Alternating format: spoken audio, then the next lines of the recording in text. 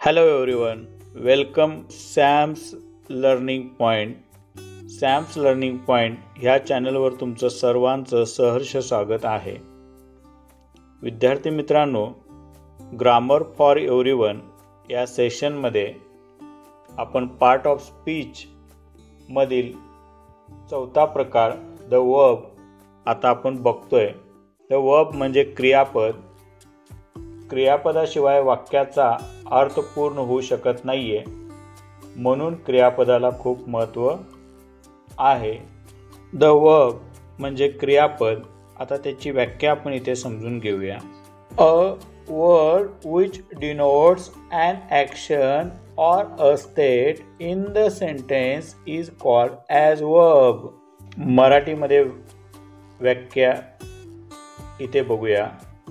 वाक्यातील क्रिया किंवा स्थिती दर्शवणाऱ्या शब्दाला क्रियापद असे म्हणतात. Example, we wash our feet, Munni is dancing, Nikita combs her hair. आता इथे अंडरलाईन केलेल्या रेडमध्ये हे सर्व वर्ब्स आहेत. वॉश, डान्सिंग, कोम्स असे अनेक उदाहरणं आपल्याला देता येईल. एक लक्षात घ्या, क्रियापद हे आपले विचार व भावना व्यक्त करण्याचे मुख्य साधन आहे. एक खूप महत्त्वाची गोष्ट लक्षात ठेवा. बघा, जसं नो ऑक्सिजन नो लाईफ. क्रियापदाचे 5 प्रकारे आहेत. एक प्रकार आणि त्याचे उदाहरण आपण इथे समजून घेऊया. फर्स्ट टाईप आहे रेग्युलर वर्ब, नियमित क्रियापदे. आता याची व्याख्या आणि याचे उदाहरण समजून घेऊया. याची व्याख्या अशी होईल, ज्या क्रियापदांची दुसरी व तिसरी रूपे ईडी, डी, टी ही प्रत्यय लावून तयार होतात, त्यांना नियमित क्रियापदे किंवा रेग्युलर वर्ब असे म्हणतात. या क्रियापदांना विकारी क्रियापद, वीक वर्ब असेही म्हणतात. याचे काही उदाहरणे आपण इथे समजून घेऊया. पहिले रूप, दुसरे रूप आणि तिसरे रूप तक्त्यामध्ये दिलेले आहे. जसे कॉल, मूव, लर्न, मीन हे पहिले रूप आहेत. याचे दुसरे रूपमध्ये ईडी प्रत्यय लागतो. तिसऱ्या प्रत्ययमध्ये पण ईडी प्रत्यय लागतो. जसे की कॉल्ड, मूड आणि लर्नसाठी टी प्रत्यय लागतो आणि मीनसाठी टी प्रत्यय लागतो. असे अनेक उदाहरणं आपण इथे समजून घेऊ शकतोय. अभ्यासांती तुम्हाला हे सहज जमेल.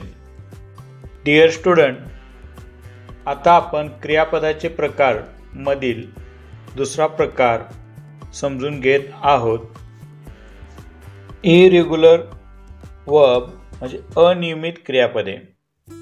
बघा, सुरुवातीच्या प्रकारामध्ये आपण ईडी, डी आणि टी हे प्रत्यय लावून रेग्युलर वर्ब पाहिले. आता इथे कसं आहे बघा, ज्या क्रियापदाची रूपे कोणतेही प्रत्यय न लावता, म्हणजे शब्दाच्या शेवटी किंवा पुढे मागे कुठेही प्रत्यय न लावता आतील स्वर बदलून तयार होतात, म्हणजे एक वेगळाच नवीन शब्द तयार होतो, त्यांना अनियमित क्रियापदे असे म्हणतात. या क्रियापदांना अविकारी क्रियापद म्हणतात, म्हणजे स्ट्रॉंग वर्ब असे म्हणतात. याचे उदाहरण आपण इथे आता समजून घेऊया. इथे एक्झाम्पल बघूया. जसं की गो, वेंट होईल दुसरं रूप आणि तिसरं रूप गॉन असं होईल. सेकंड एक्झाम्पल समजून घेऊया. इट्स एट होईल AT, एट आणि तिसरं रूप इटन.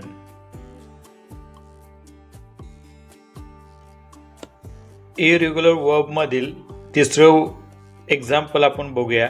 रिंग, रँग, रंग.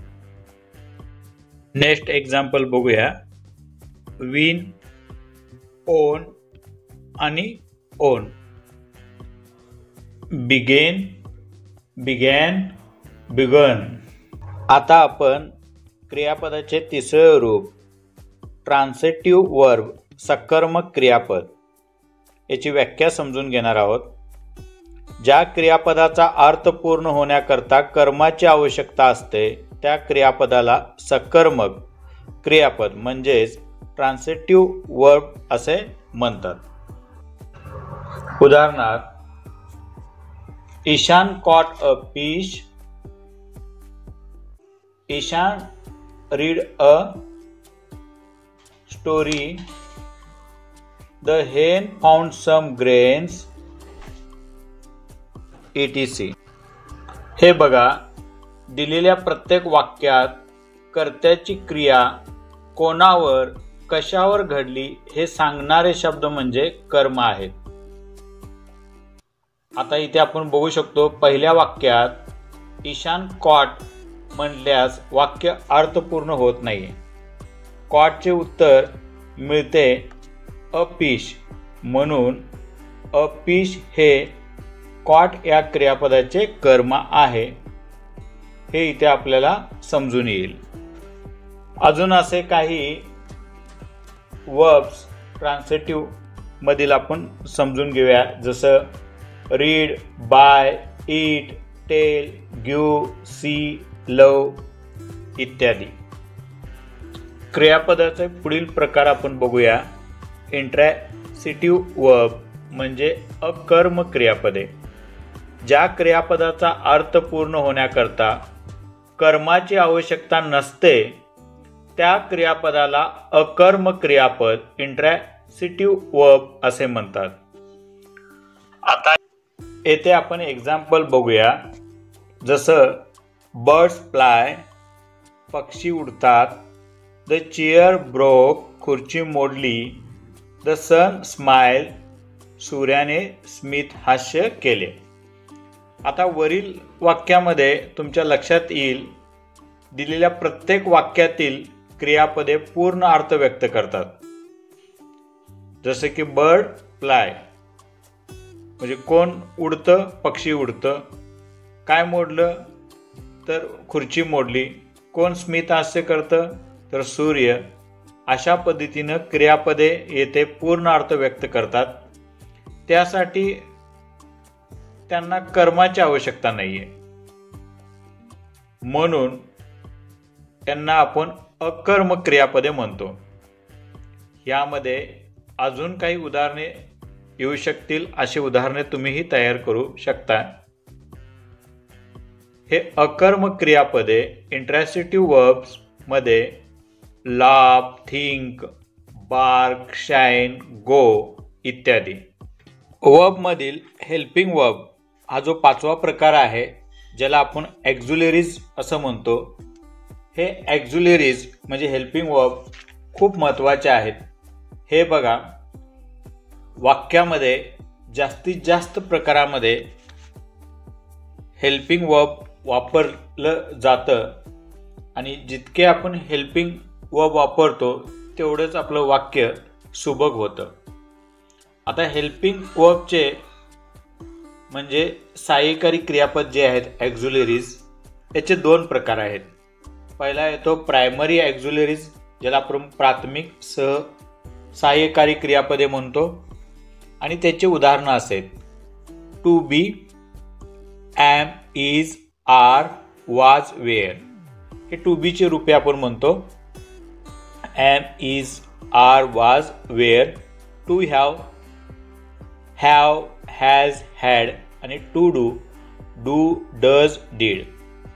हे सर्व प्राथमिक सहाय्यकारी क्रियापदे आहेत. ही क्रियापदे मुख्य क्रियापद म्हणून प्रश्नार्थक व नकारार्थी वाक्य तसेच काळ बनवताना वापरतो. उदाहरणार्थ, आय एम फार्मर, इथं ॲम हे टू बीचं रूप आहे. Swati is cutting fruit. Next example, he has finished his work. Do you like watch serial of Ramayan. Next example, she does not like swimming. आपण इथे प्रायमरी ॲक्झिलरीज प्राथमिक सहाय्यकारी क्रियापद पाहिले. आता आपण हेल्पिंग वर्ब म्हणजे ॲक्झिलरी सहाय्यकारी क्रियापदामधील दुसरा प्रकार मॉडल ॲक्झिलरीज विशेष अर्थदर्शक क्रियापदे समजून घेणार आहोत. मॉडल ॲक्झिलरीज खूप महत्त्वाच्या आहेत. विशेष अर्थदर्शक क्रियापदे बरेच वेळामध्ये वाक्यामध्ये हे वापरलं जातं, जसं शाल, should, will, would, can, could, may, might, used to, ought to, must, need, dare. आता हे सर्व अर्थदर्शक क्रियापदे आहेत. आणि एक महत्त्वाचं लक्षात ठेवा, ही क्रियापदे स्वतंत्ररित्या न वापरता त्यांच्यापुढे कोणते तरी मुख्य क्रियापद म्हणजे मेन वर्ब घ्यायला हवेत. जसं की विलच्या नंतर गिव, कॅनच्या नंतर एन्जॉय, अशा पद्धतीनं. एक्झाम्पल आपण इथे समजून घेऊया. I will give you a message. दुसरं, you can enjoy your kheer. It may rain tonight. We must obey our elders. You ought to work hard. Dear student, आज आपण पार्ट ऑफ स्पीचमधील वर्ब समजून घेतलेलं आहे आणि त्याचे मुख्य 5 प्रकार, उदाहरणं आणि व्याख्या. विद्यार्थी मित्रांनो, हा व्हिडिओ तुम्हाला आवडला असेल तर शेअर करा तुमच्या फ्रेंड सर्कलमध्ये आणि चॅनलवर नवीन असाल तर आजच चॅनलला सबस्क्राईब करा. बेल आयकॉनला प्रेस करा म्हणजे दररोजच्या दररोज तुम्हाला नोटिफिकेशन येतील आणि इंग्रजी ग्रामर आणि इंग्रजीचा पूर्ण अभ्यासक्रम तुम्हाला सोप्या भाषेमध्ये कळेल. तोपर्यंत टेक केअर. थँक्यू. धन्यवाद.